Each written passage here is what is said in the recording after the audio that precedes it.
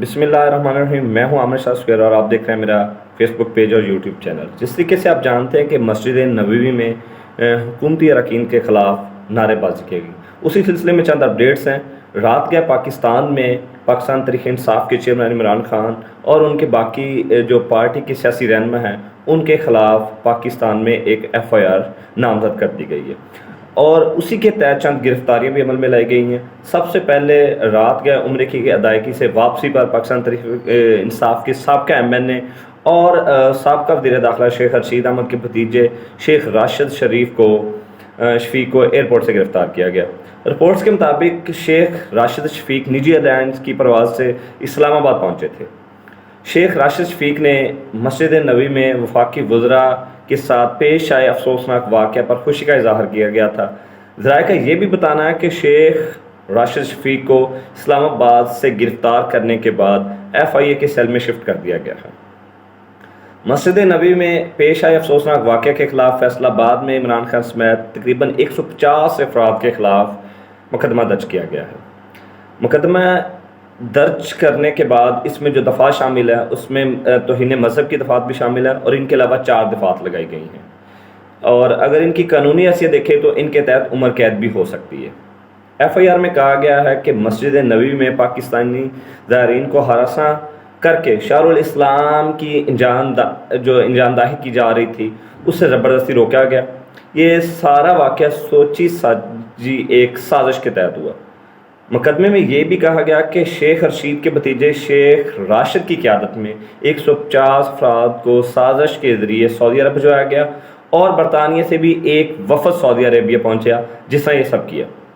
اب جو تفصیلات آ رہی ہیں اس کے مطابق مدینہ واقعہ کے بعد حکمران جماعت پاکستان مسلم لیگ نون کے رہنما شیخ محمد نعیم ہیں فیصل آباد سے، جن کی مدعیت میں جو تھانہ فیصل آباد میں جو ایک مقدمہ درج ہوا ہے.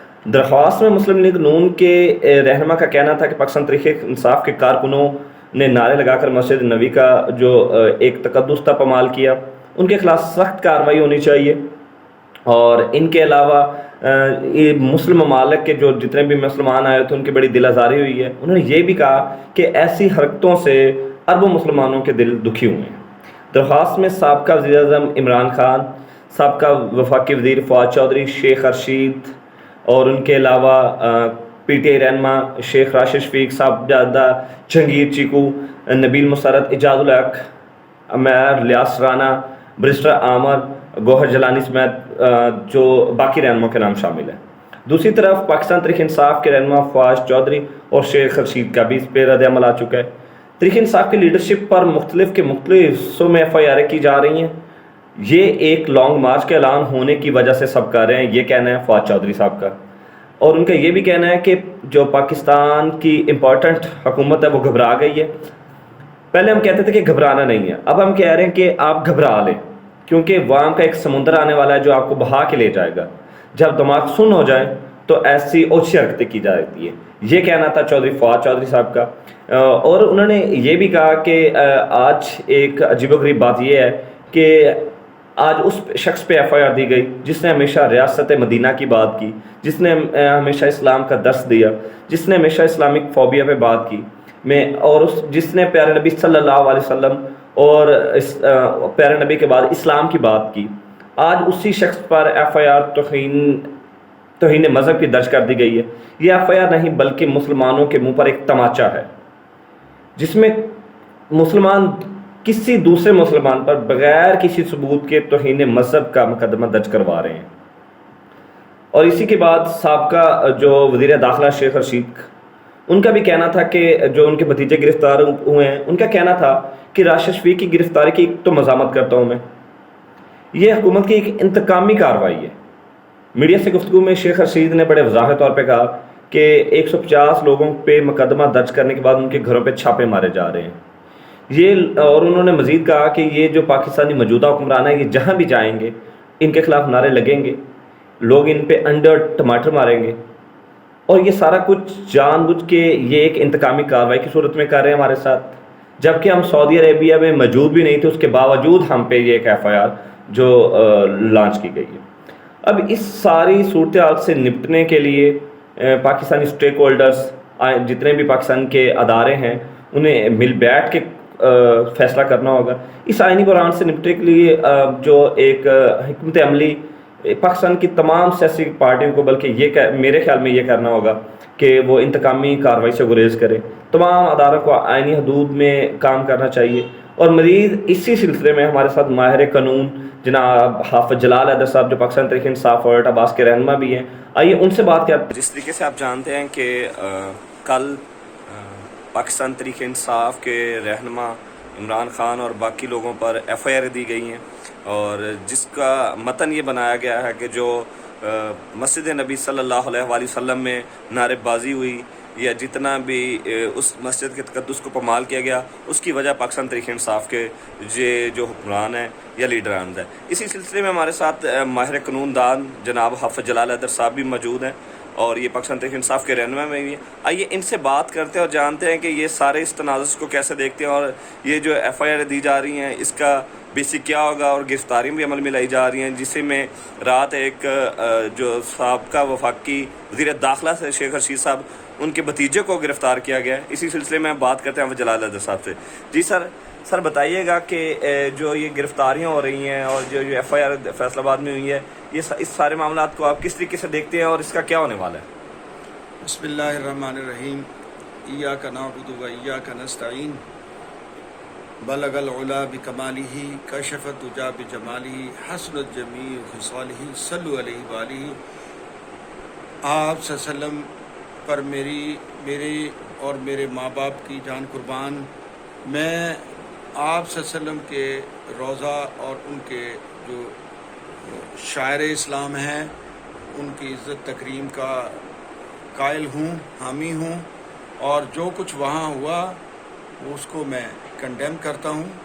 لیکن آپ دیکھیں کہ یہ ایک سیاسی انتقام لیا جا رہا ہے، اور اس کو بلا وجہ جو ہے وہ اس کے ساتھ جوڑا گیا ہے. چیئرمین تحریک انصاف جناب عمران خان صاحب نے باقاعدہ اس کی تردید کی ہے، اور وہ عاشق رسول صلی اللہ علیہ وسلم ہے.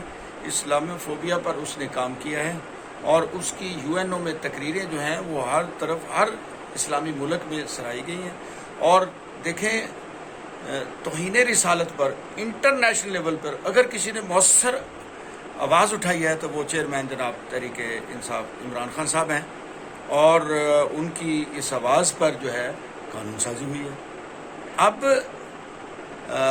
وہ آپ کو پتہ ہے کہ 17 مارچ جو ہے وہ ڈے مقرر ہوا ہے جس میں انہوں نے کہا ہے کہ جناب جو بھی توہین رسالت کرے گا وہ سزا کا مرتکب. یہ مطلب یورپین ممالک میں بھی ایسا ہو رہا ہے. جہاں تک ایف آئی آر کا تعلق ہے، ایف آئی آر بیس لیس ہے.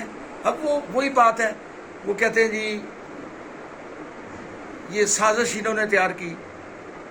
توبہ نعوذ باللہ، توبہ نعوذ باللہ، توبہ نعوذ باللہ. سیاست کو مذہب کے ساتھ جوڑنا جو ہے یہ انتہائی خطرناک کھیل ہے.